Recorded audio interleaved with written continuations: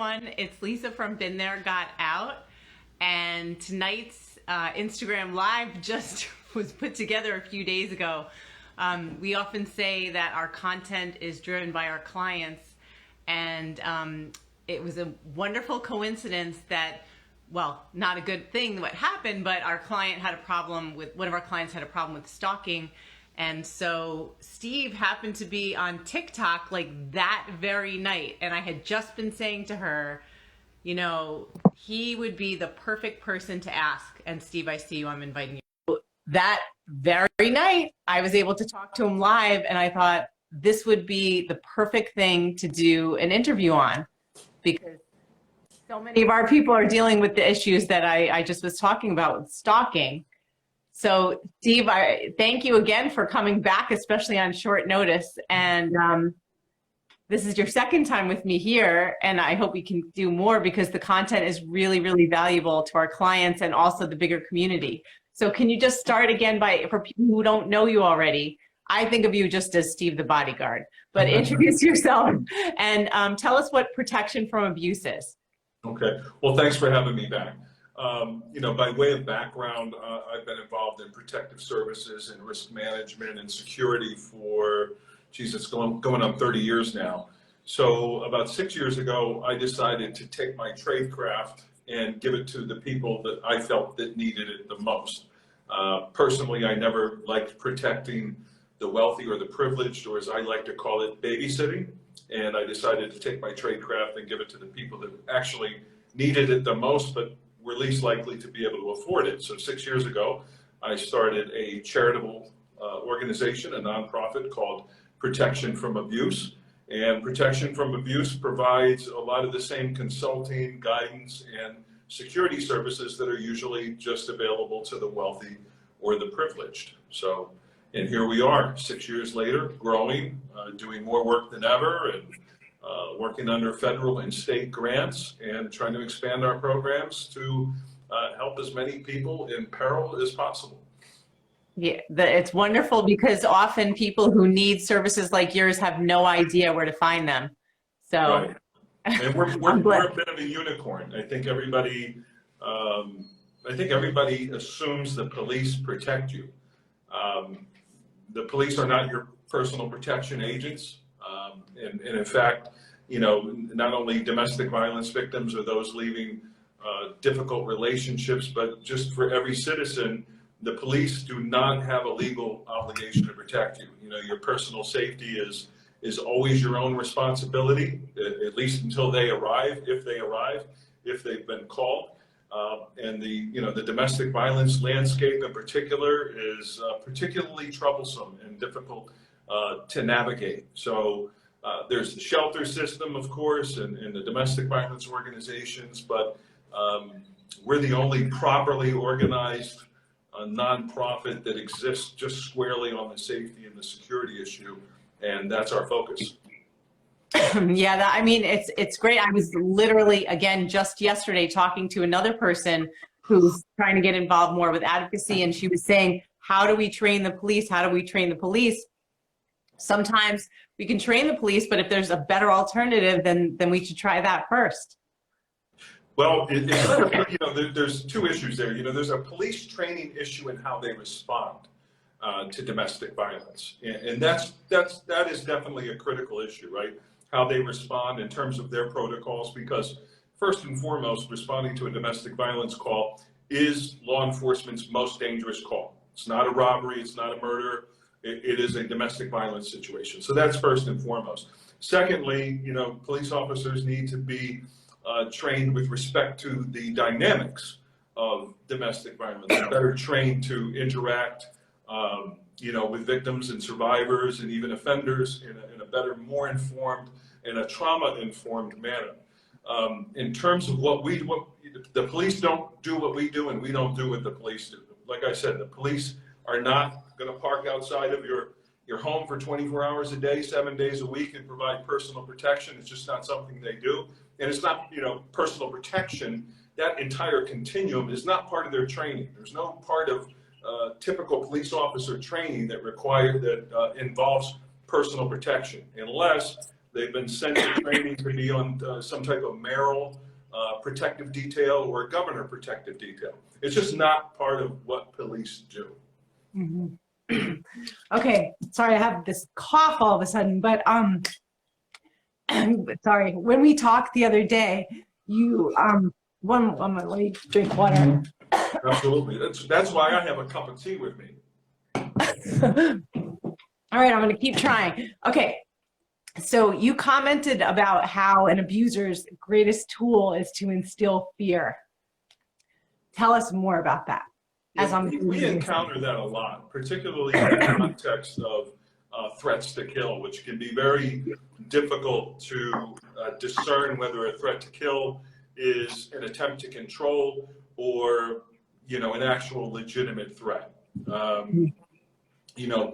Fear is a very effective tool. As I like to tell our clients and explain to them that if you fear me, if I can make you fear me, I can control you. I have a certain level of control, if not complete control. So, fear is something that an offender or an abuser will wield quite freely, particularly when they're losing control, right? Absolutely. Okay, so also another thing when we talked about. Are you okay over there? Yeah, I'm just like.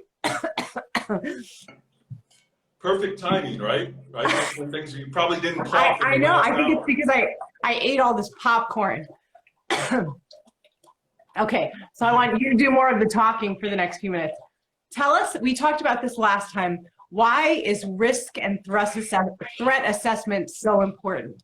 Okay, well, risk and threat assessment, they sound alike. They both share assessment, but they're very, very different, but very important tools for the management of victim safety and safety planning. Risk assessment is important for a number of reasons. First, it's the foundation of any kind of risk management or trying to ascertain what somebody's level of risk is and what type of protective measures or safety planning that they might have to engage in. So everything starts with risk assessment. And as it concerns domestic violence in particular, there are a number of domestic violence screening or risk assessment tools out there. They're all pretty similar. We use the danger assessment and one other type of assessment to establish a baseline of risk, right? To help us understand what behaviors occurred within the dynamics of that abusive relationship and what the correlation is between those behaviors and historically bad outcomes. Which is, when we look at lethality assessments, like the danger assessment is a lethality assessment. So that's based on lethality studies where they look at a couple hundred of cases of intimate partner violence with the worst possible outcome, right? The murder of the victim. And retrospectively, they go back, they interview, they look at police reports, they interview family and friends, and they try to piece together what dynamics were occurring in that relationship. And then they do a study and they run statistical analysis. And in the case of at least the danger assessment, they've come up with 19 questions that they feel are the top dynamics to look at in terms of potential lethality, right? And that also has certain value for understanding what the risk of reassault is also in the dynamics of that relationship. Now, for a professional like myself, it's important to understand the dynamics. It's important to understand what type of offender I'm looking at. It's important to understand what risk level they might be at, but also is equally as important, and this is what we talked about specifically prior, is that 8 out of 10 women that we speak to, and we speak to hundreds a year, and it's consistently, I'm not quoting an exact percentage, but it's roughly 8 out of 10 women underestimate their risk. And one of the common responses that we get from most clients is that the risk assessment process was very eye-opening. And I think that's because a lot of behaviors they may not recognize as being dangerous or abusive, particularly if you've grown up in an abusive or toxic household and you've experienced those dynamics all your life, or you've become normalized to them as a coping mechanism and as a trauma response. So a lot of women don't recognize a lot of those behaviors for what they are, and then overall they underestimate their risk of really being harmed by that offender. And that holds true even in the case, one of the screening questions on the danger assessment, for instance, is, do you feel he's capable of killing you? Which is a statistically valid question. You can almost throw out these structured statistical or what's the word I'm looking for? Statistical risk assessments and just go with that question, because women are roughly, they score in the 60th percentile or so for being able to predict those type of outcomes. So a woman's sense of danger with respect to the harm that the abusive partner could do in the future is almost as valid as the instruments themselves. But they will answer that question yes, and still go on and underestimate their overall risk moving forward. So when you say, are you talking about someone's intuition? Just their answer to that question. We're not talking about an intuition. The question is straightforward. Do you believe he's capable of killing you? And they will answer yes to that question.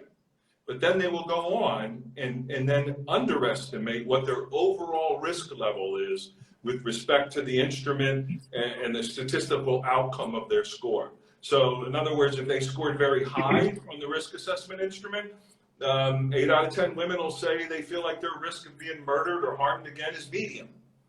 And that is consistent across the board. And that's, I don't fully understand those dynamics or the why. It's probably something worthy of separate study, but it's really important, particularly if you're going to separate from that relationship and somebody is potentially dangerous.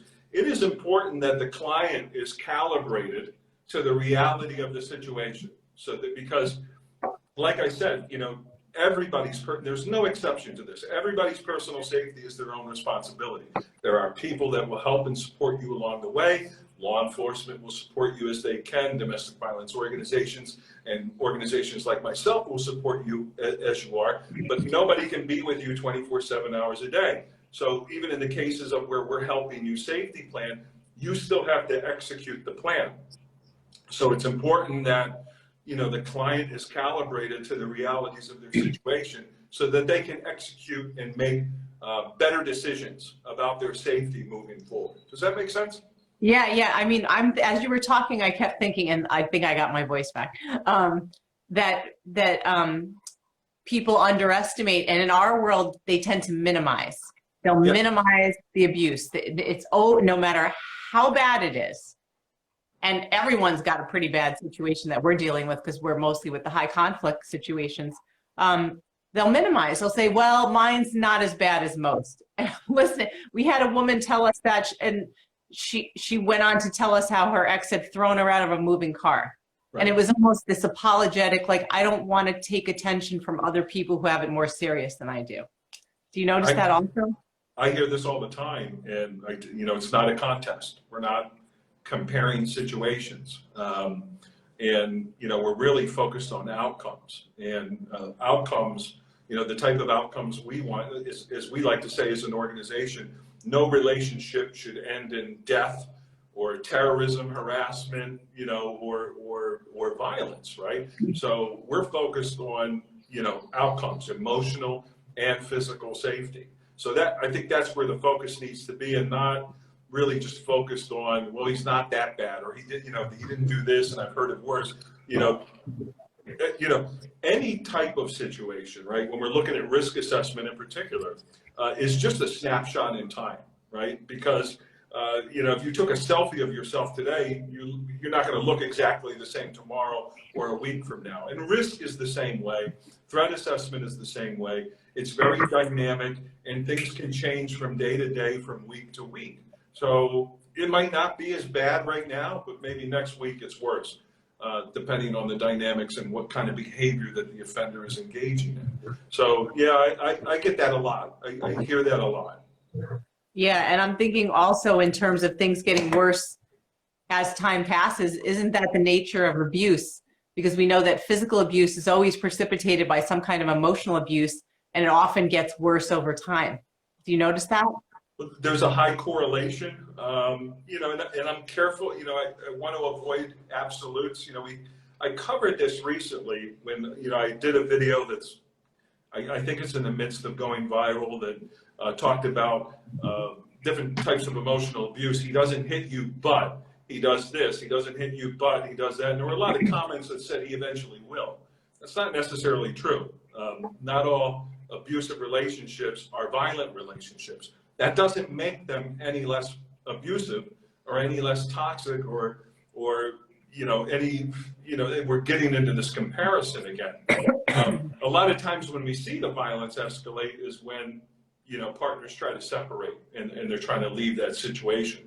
But, again, I like to avoid absolutes, because when you're doing what you're doing and when I'm doing what I'm doing, and when people come to us for help or people come on social media to vent, we have to realize we're dealing with a population that is experiencing that problem.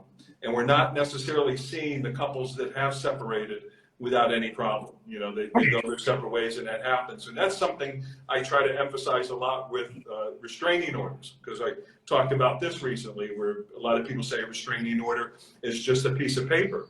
And for more problematic offenders, yes, it can be very challenging, but what you're not seeing is the millions of offenders that are stopped in their tracks by a restraining order and are never heard from again, because they don't want to be involved in the judicial system, and they don't want to experience the consequences of that. That happens all the time, and we never hear about it because those cases go away. So it's important, when we to avoid absolutes and remember, the larger picture. Everybody's situation is different, but there are definitely trends. And I would say that the trend is that things, in many relationships, they do tend to escalate over time. And they particularly escalate when those type of couples are trying to separate. Does that make sense? Yeah. And what you were saying too about most people follow restraining orders. I heard the same thing in terms of asking the head of the Judiciary Committee, like, why don't we have consequences for people who don't obey orders? And he said, you don't realize 85 to 90% of people actually obey the law. Like, they actually obey it. Like, your case is extreme for this person to keep breaking orders. And so I'm glad that you noted that too, that it's not like everybody breaks the law. Usually most people are stopped in their tracks by a sense of authority, a sense that they're going to get in trouble.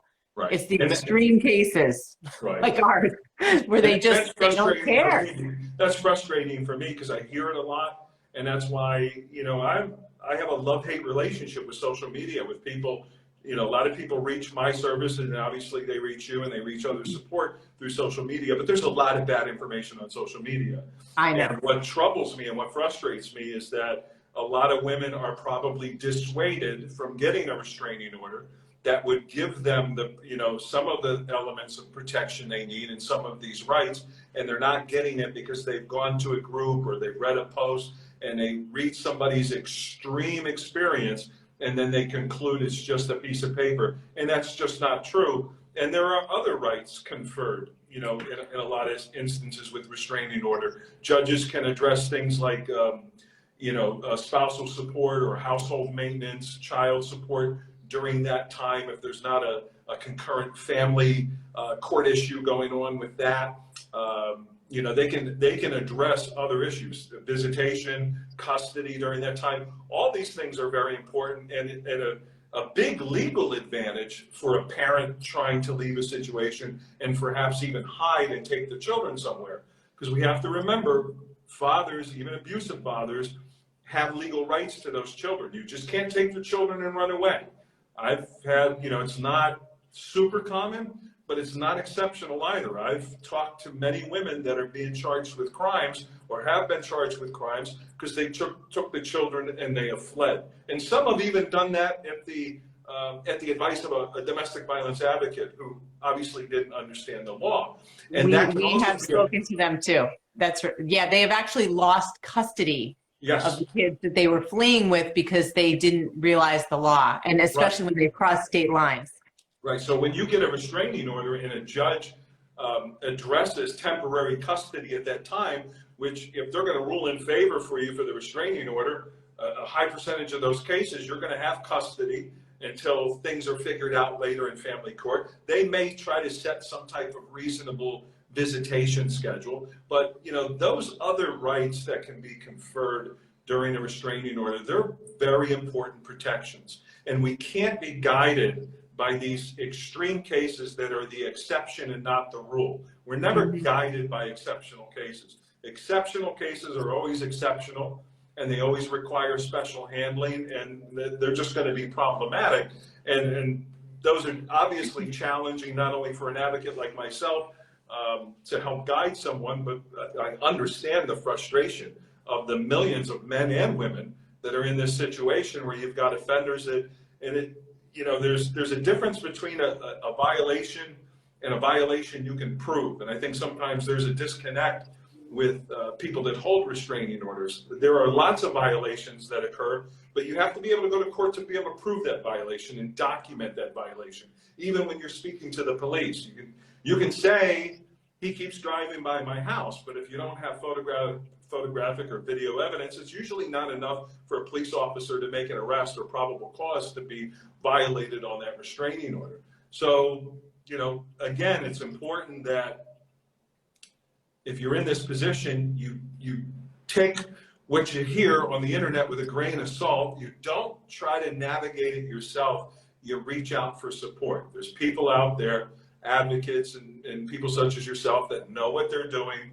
That's not their first rodeo, and they know different solutions and potential remedies to help, you know, guide that situation and help hold an offender accountable. Can't always do it. You know, a lot of them are experts at walking right up to the line and not crossing it and not getting arrested. And that's obviously a concern, but it's not something the average person should try to navigate by themselves, especially for the more problematic cases. For sure. Okay, let's talk about the dominoes that you mentioned the other day. I felt like when you and I had that brief conversation on TikTok, there was all this great stuff, and I was like, I want to make sure we talk about it. Right. Well, what we're talking about there is we're talking about the path to violence, and that goes back to threat assessment. And I think we got off on a tangent with risk assessment. Risk assessment is real valuable when a person is currently in the relationship or was recently in the relationship. But once two intimate partners have split, for there to be violence after that, somebody has to engage in some type of planning, right? And that is, you know, the threat assessment process is really useful to analyze that type of situation and try to determine whether somebody's on the path to violence or not. And when we think of a path to violence, and I know a lot of people think, you know, because it's such a commonly repeated myth, you know, somebody just snapped, they just snap. Well, people don't snap. You know, when we talk about that type of violence, we're not talking about domestic violence any longer in the course of a relationship where two people share a home and they share the same space and they're interacting. You know, that's a separate type of violence. We're not talking about the type of violence which some scientists refer to as affective violence, which is, you know, a social violence that may start with a small dispute and quickly spirals out of control. You know, you've heard this time and time again. Well, he got shot over $5 or he got shot over a parking spot. No, they got shot because they had some type of dispute, some type of argument, whatever that is, and it spiraled out of control. And that would be an example of affective type violence. But when two people separate and go their separate ways, if somebody wants to do that other person harm, there has to be some type of planning. And there is a path to that. And the path usually starts with a grievance. And this is true in intimate partner cases, and it's true for the school shooting cases, right? Whoever's gone and committed those heinous acts of violence at a school had some type of grievance. And it's important to understand the grievance doesn't have to be of the gravity that we would accept for committing that type of violence. We have to understand the way that offender's mind is working. So they have a grievance. And from the grievance, we move on to violent ideation, right? Where they've decided that violence is the answer to solve my grievance. And then after that, we need some research and planning, right? If I want to commit violence, particularly against a former intimate partner, I have to decide when or where I'm going to commit the act of violence. And then we need some type of pre-attack preparation, whether that's securing a firearm or any other type of weapon, transportation, how we're going to do it. You know, and this may not require a lot of planning. It can be as simple as, well, next week when I meet her at Wawa to exchange the kids, I'm going to kill her then. And that's not even a wild example. That's actually happened. And it could be, it could be Wawa, it could be at the police station where they exchange kids. It could be in a public space, which is, one of the oft repeated safety, pieces of safety advice that make me cringe, because we don't tell, public space means nothing to somebody willing to throw it all away. They're not trying to commit a CSI crime. A lot of times they'll go on and commit suicide afterwards. So we don't tell women, or anybody for that matter, to meet killers in a public place. But how do we distinguish between those that are threatening for power and to be scary and for control, and those that are actually on the path to violence? And that would be that threat assessment process. So we've got pre-attack preparation, we've got probing and breaches, what is known as probing and breaches. And I don't know if this is sounding similar to you, but this could be, in a lot of cases, that repeated violation of the restraining order and the stalking and trying to find where somebody is if they've left a certain household situation, if they've relocated for their safety, trying to locate them. That can be that probing. And showing up somewhere can be interpreted as that breach. So when we look at cases of femicide where there's been an outcome that resulted in murder, stalking was present in maybe, I think, as high as 85, 86% of those cases. Wow. So stalking in and of itself is a pre-attack indicator. Now the question is somebody on the path to violence, or are they just acting on compulsion and harassment and power dynamics, but they never really intend to go through with a serious act of violence? Very difficult to determine. It's very difficult to I was just about to say, how do you know? How could you tell something like that? It's very challenging. And, we talked about this in our email. When two intimate partners separate, we instantly begin to experience this dynamic that I call information asymmetry. Right? The offender, assuming the woman has stayed in the marital or the relationship home, or stays in the same town, has the same job, the same daycare, the kids have the same school, the same hairdresser, the same gym, all the habits that you know about your intimate partner, that offender knows everything about you. But now they're in the wind. And a lot of times when couples separate, families kind of divide, friends choose sides or try to stay out of it. And a lot of times, most of the times with our clients, there's very little information about what's going on with their life. And that's important, because that path to violence, and any one of those stops along that path to violence, can be a long stop, it can be a short stop, and then there's dominoes in between. We want to know what's going on in that person's life. Is this person have a positive outlook on life? Are they looking forward to the future? Are they moving on with their life? Did they get a new romantic partner? Which I know you guys talk about a lot in the context of narcissism, but when somebody's moving on with their life, even for unhealthy reasons, and they pick up another partner, that's actually a protective matter, a protective factor. If they have a job, it's a protective factor, right? When they lose their job, when their health starts to deteriorate, and they're not doing their hobbies, and their friendships and family life is deteriorating, and things are crumbling around them, those are the dominoes that we're concerned about, right? And we want to know if somebody is on that path, because if we make any stop along the way in terms of that path to violence, it's potentially detectable, right? So if we look at an analogy with school shootings, it is a very high percentage. It's over 80% of those kids or those people that have gone on to commit a serious act of violence at school. They've been on somebody's radar, but they just weren't properly managed. Somebody knew about them. Same thing with shootings in the workplace, right? Somebody gets concerned about Bob. They say, Bob is starting to concern me. He's saying some weird things. He's acting funny. He's changed.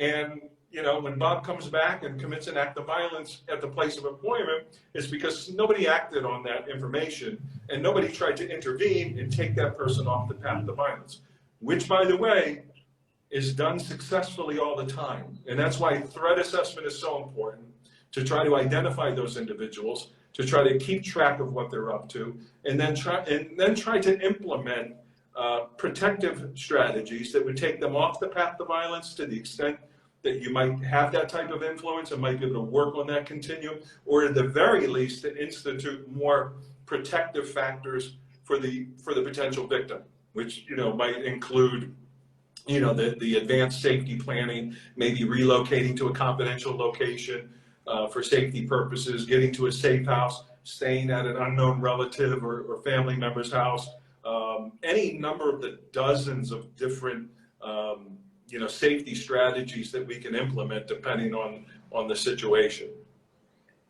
Yeah, when you were talking about some of those factors that make someone, I guess, more distracted, like when your ex finds a new partner, I know a lot of our clients are like, I'm really glad because that person now is taking up their attention. Yeah. They're leaving me alone a little more. But then we get the opposite. Like, why, if they have a new partner, are they still going after me so much?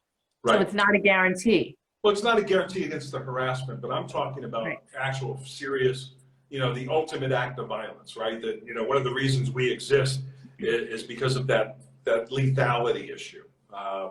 And just the reassault, the violence, and things of that nature.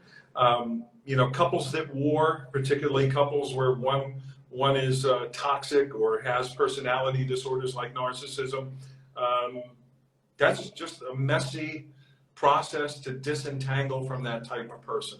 And particularly when you share children, it's something that can go on for the next 18 years. That doesn't mean, though, that person is in danger of being murdered, right? And that's important to understand. Somebody that's just, you deal with those kids, they're just high conflict. And they're going to make everything difficult, and they're going to make your life miserable because that's what they do. And the problem is, a lot of times with people like that, making your life miserable, emotional abuse, the low grade harassment, if you will, the chronic harassment may not rise to a level of criminality that can be prosecuted. And unfortunately, these people are just they're like a tick. They're very difficult to separate from and very difficult to make a clean break the way normal people do. Right? Yeah, I'm saying you're telling me.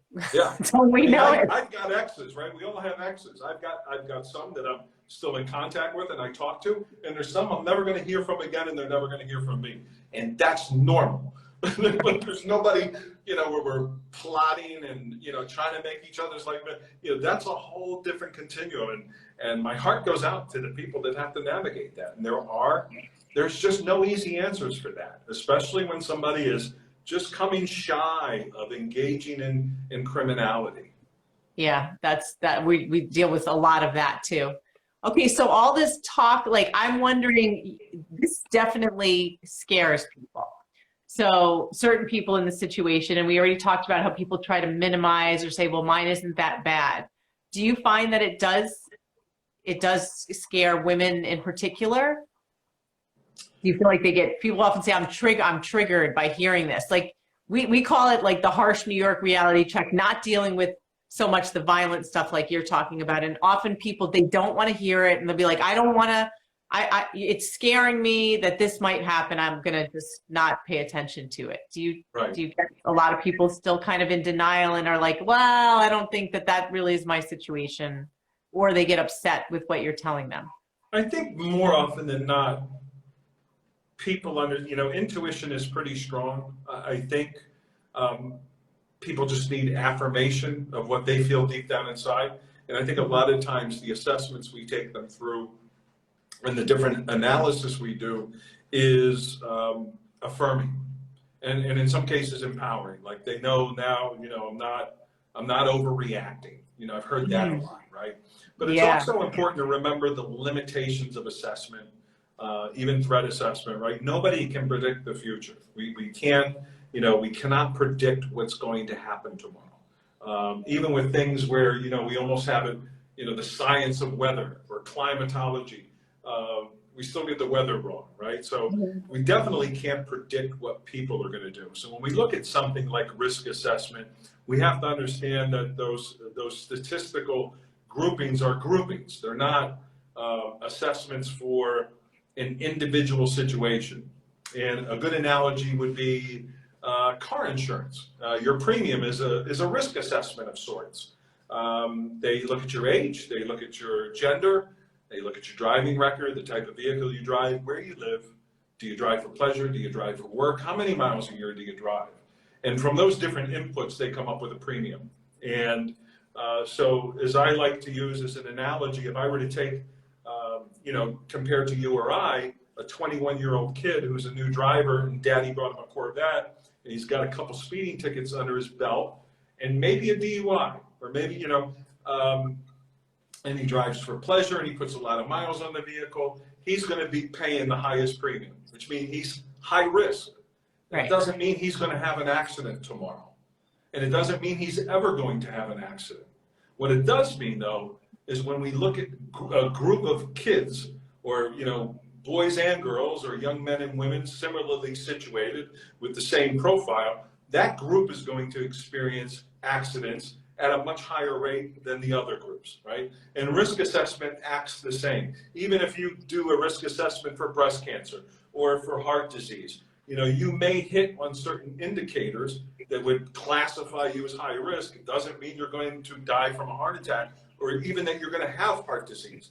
It just means that everyone else in your group with your score is going to have poorer outcomes than other groups. So, it's difficult to tell someone he's going to kill you unless you can actually detect, specific actions along that path to violence that I talked about, which can be very difficult. We have to remember when we look at domestic violence as a whole, there are hundreds of thousands, if not millions of calls to local law enforcement and shelters every year.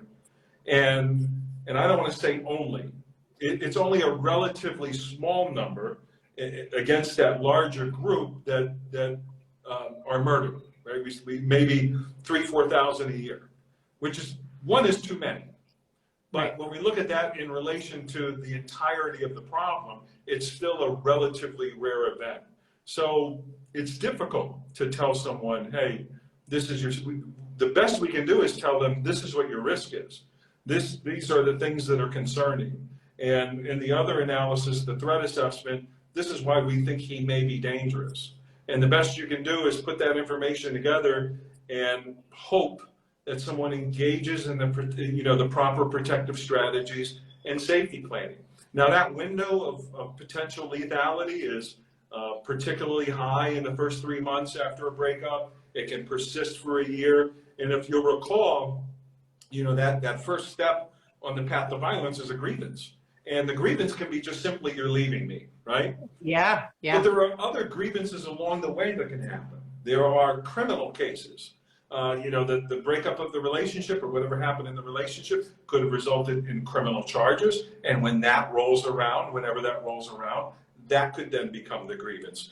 If we've got children, we've got issues of custody, visitation, child support, spousal support, division of property. Any one of those could become a grievance that starts to set somebody down that path. So, 3 months, really critical, up to a year. But even beyond the year, as these things continue to unwrap, we have to be careful about, managing potential grievances and de-escalating those when we can, which, with your, where you're operating on that legal continuum with high conflict divorces, it's important to remember to pick and choose your battles and what you're going to fight about. If you're dealing with somebody that's potentially dangerous and who, has no compunction about committing maybe a serious act of violence. We definitely don't want to be fighting over lawn furniture with that person, right?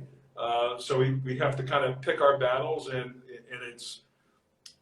it's almost offensive that we have to try to manage that person. But when safety is involved, that's what we have to do. Unless you can completely disconnect from someone and disappear, there are people out there that we have to manage. It's not fair, but it's the reality. So a lot of times people have to make compromises and tough decisions to keep, to keep the rancor at a lower level. And sometimes it means giving in on things that might not be as important to you, and then sticking to your guns and your boundaries on the things that really matter. I don't know if that makes sense or not. Yeah, no, it doesn't. But I'm thinking about the grievances, and I was thinking, like, for the people in our world, what comes up very often is things escalate around court time. Yeah. Every time when a divorce happens, even if they've been separated for 2 years, because these cases take forever, when the papers are signed, all of a sudden the ex is very, very active, Right. with getting in touch, harassing, everything else. And so we see that a lot. So I kept thinking about what you were saying about grievances, that whenever it's court time, whenever there's a deadline for something important, that's when the activity seems to escalate. Right. So it makes sense. That's that harassing type activity. We're more concerned with the more Life and death. Yeah, the activities and dynamics that lead to bad outcomes. And Right. sometimes they're tough to distinguish, but they're not petty.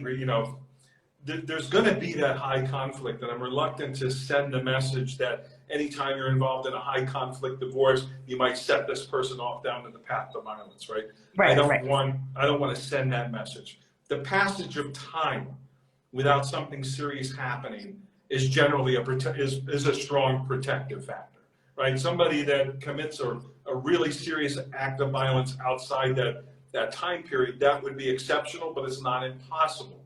And those things can trigger that, depending on what else is going on with their life. I'll give you an example. I've got a very troublesome case in a state that I won't name.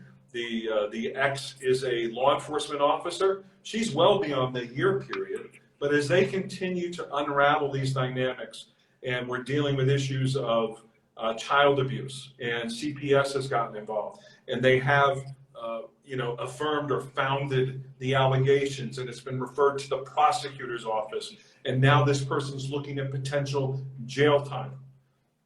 Those are very critical issues to look at, even though we're a year, 2 years out.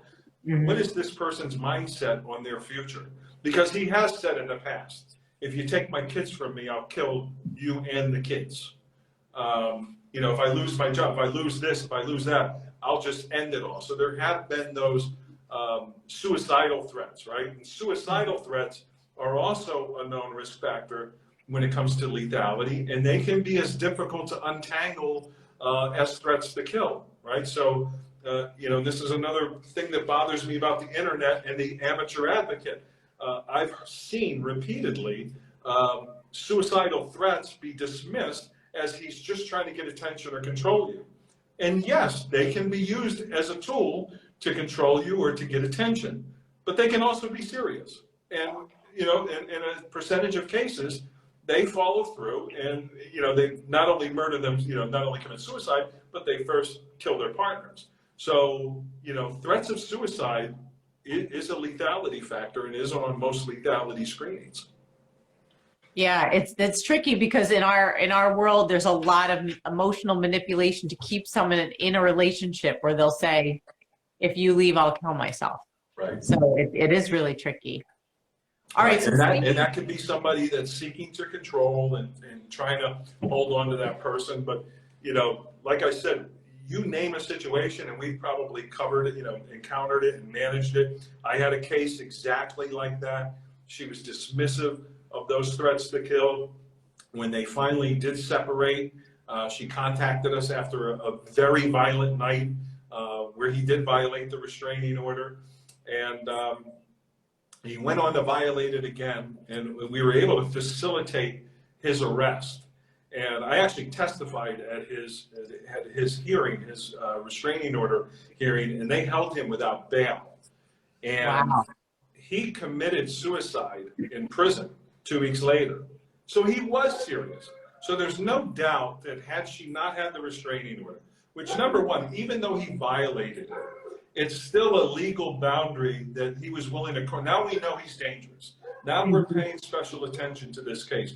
Now it's got her attention, and she's paying special attention to the case. And then he violated it again, and he was arrested as a result of that, right?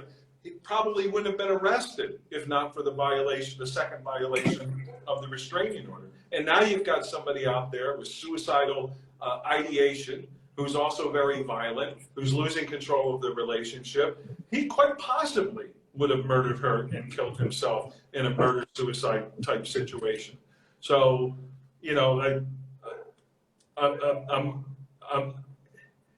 I'm very troubled by the amateur advocacy I see on social media and the internet. And that's, you know, if there's one, you know, we're talking a lot of technical issues like risk assessment, threat assessment. These are all things to be engaged in by professionals. But if there's one message that I want anyone that listens to this to take home with them, if they're in this situation, don't try to navigate this by yourself. There's help out there, and the help is free, right? Most of these nonprofit organizations, you know, there's no charge for their services, and most advocates have encountered these situations before because they are repetitive, they are trends, they're, you know, you may think he's a unicorn, but all these unicorns are kind of the same. They all kind of do the same things. Yep. And one of the constant or repetitive remarks for my video, you know, I did that video where it said he doesn't hit you, but he does this. He doesn't hit you, but he does it. And everyone in there was like, "Oh, you just described my ex." You described, how do you know my ex? Well, I know my ex because they're all the same. They all engage in that. That's the nature. That's the abuse and toxic continuum. They all engage in that behavior. They may not engage in every single one of those things, but it's all part of their playbook. Right. Very predictable. Okay, so speaking of that, I told you that we had a comment earlier that someone was saying that women should all get weapons if they're dealing with an abusive ex. What's your opinion on that? I have very strong opinions on that. So first, this is going to come with a disclaimer. And this disclaimer is this: weapons have no place in a relationship, in an active abusive relationship. If you are in an abusive relationship, there is no place for weapons in that relationship. There just isn't. Particularly firearms, right? The presence of a firearm in a domestically abusive household raises the risk of the woman dying by 500%. So it's a big driver of lethal outcomes. So and also the idea of self-defense within a domestic violence, active domestic violence relationship when they're still together is terribly misguided, because women routinely get charged with crimes and even go to jail for quote unquote defending themselves. So as I like to say, the best self-defense from a domestically abusive relationship is to safely leave the relationship. That's the only true self-defense from that. Now, once you've left that relationship, and even if you're not in a domestically abusive relationship, you are responsible for your personal safety. No one is going to come rescue you. If somebody wants to commit an act of violence upon you, that's going to happen exceedingly fast. And even assuming the police were called, they're 5 to 7 minutes away. The violent crime is already going to have happened. So if you have to be able to defend yourself, that applies to me the same way as it applies to a woman. And as you know, and the only equalizer among the disparities among men and between men and women and violent predators and their victims is our weapons. Those are the only equalizers there are. You know, there's a saying that nothing puts an 80-year-old elderly woman on the same relative standing as a 21-year-old violent predator as a firearm. It is the great equalizer, and there's no way around it. So, you know, given the nature of predatory violent behavior, as I like to say, gazelles don't hunt lions, right? So, you know, the typical violent offender is not looking to victimize me. And if he was looking to victimize me, he's going to be younger, maybe faster, stronger, and he's going to have a weapon. There's going to be a disparity, you know, in those power dynamics. And the only way to potentially, you know, the answer is not found in physical self-defense. You know, oh, I learned how to get out of this chokehold. You know, those videos annoy me to no end because the fight or the attack doesn't end once you got out of the chokehold. That's when the punches start happening, or that's when the weapon comes out. And you have to be able to respond to that. So the only way that I know of, and I'm somebody that's had a lot of experience with violence, I have martial arts training, and I don't promote that physical self-defense. So what does that tell you?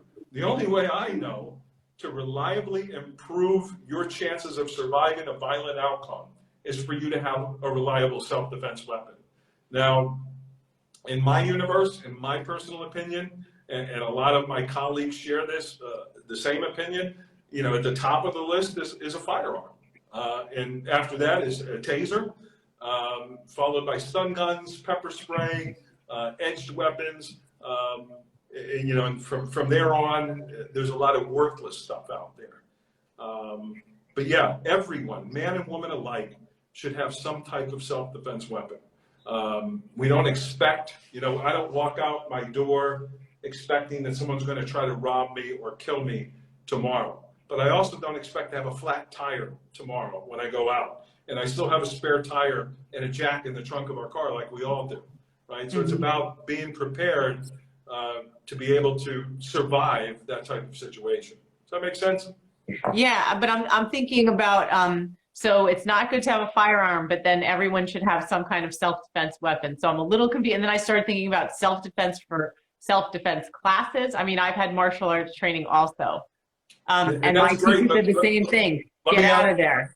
Like, best protection is get out. Can you beat me in a fight? I haven't met you, but I doubt it. So what if I'm the predator, right? Like, so what did your martial arts do for you, right? So well, I haven't used it. I never used it. Actually, what you know what it did for me, Steve? What it did was when there was a physical incident with strangulation, I realized that there was no way that I would be able to overpower him. So I just went weak, like did nothing, because I thought that would be the best thing, and it was. Right. And then he let go. So that's how it helped me. But what you learned in the self-defense class didn't help you, you know, out of that situation, right? You had to use a different, right? And it would be even worse if you were in a, you know, that was a relationship issue.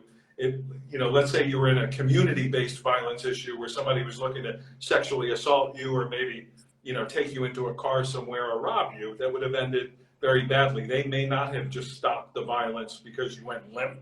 That might be the point where they're dragging you into the car to take you away somewhere, right? So, yeah, weapons are, you know, they're often referred to as force multipliers, and, you know, they kind of even out the ground in the dynamics of that predatory behavior. Predators pick on the weak. So, you know, if you've been targeted for crime, as a rule, they have some advantage over you. It might be a man and you're a woman. It might be a man and the other man is smaller, older, maybe has a disability, you know, and the thing I hate about you know, you're a housewife, you're a lawyer, you're an accountant, you're a stay-at-home mom. You're not a martial artist. You're not an MMA fighter. And we're not trying to, you know, we're not trying to engage in fighting as a sport. We want to survive. We're law-abiding citizens. And as a law-abiding citizen, you're not obligated to try to fight through an attack. You're allowed to use reasonable force to stop serious injury or possible death. Everyone should have a weapon. Okay, so you recommend, so not a gun though? No, guns are absolutely at the top of the list. Guns, and a lot of women are not comfortable with firearms.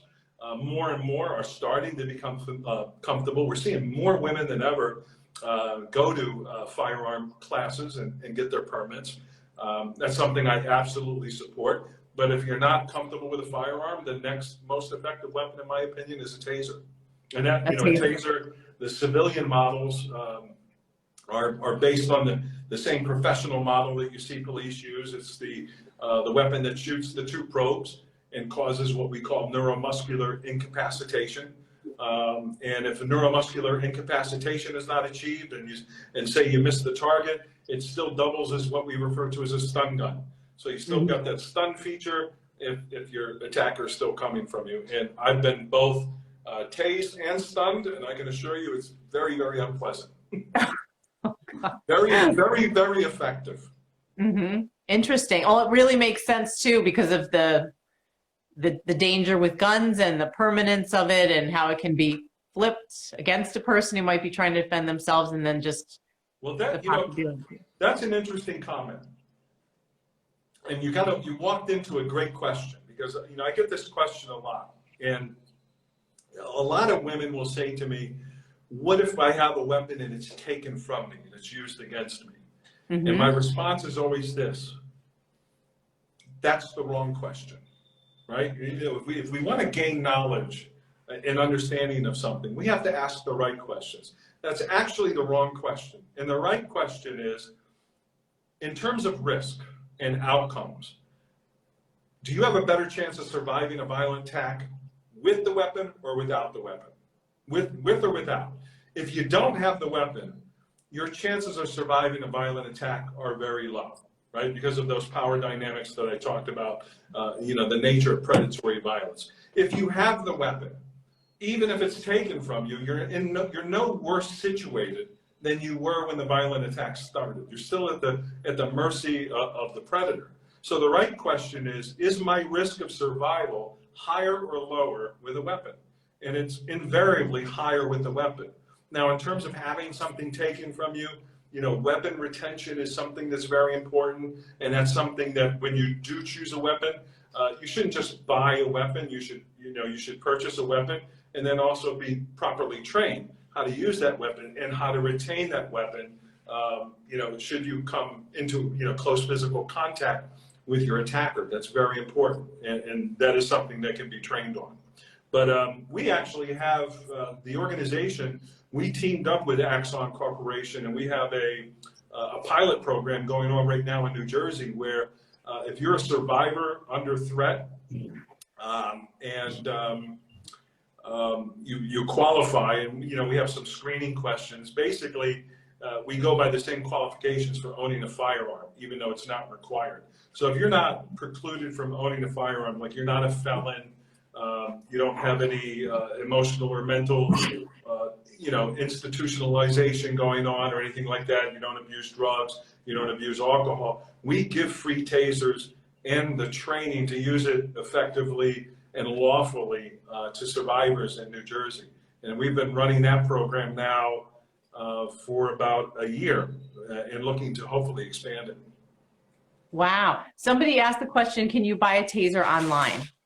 You can buy a taser from me. You can go price it online, and then you can come to me and you'll find that I've got the lowest prices. I'm always reluctant to put this out there because somebody said, well, you like tasers because you sell them. No, I like tasers. The only reason I have tasers and I have the relationship with them is because it is a very effective weapon. Because of my relationship with them, I get wholesale prices.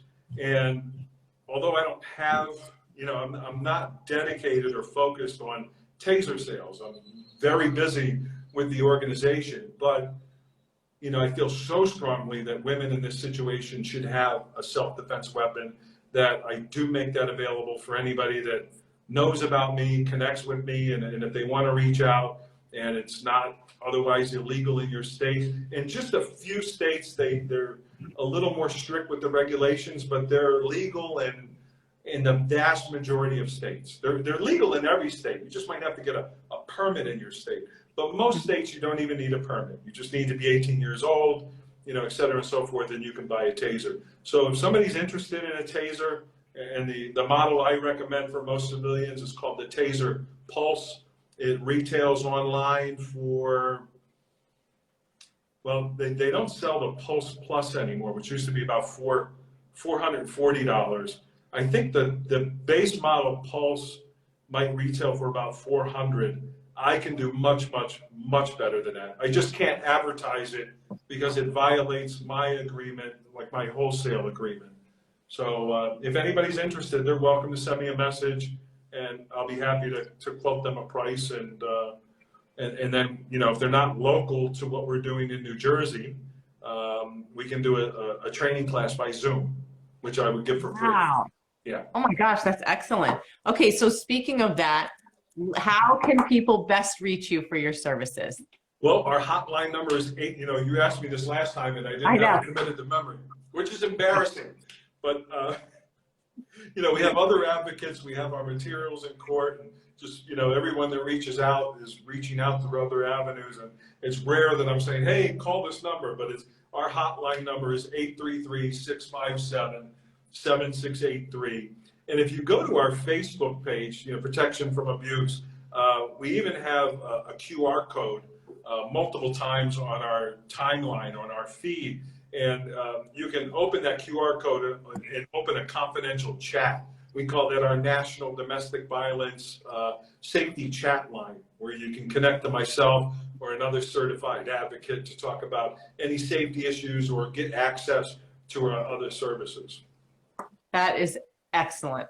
Excellent. I never considered getting a taser before, but I think I'm going to look into more information because it's really interesting. I mean, it's interesting.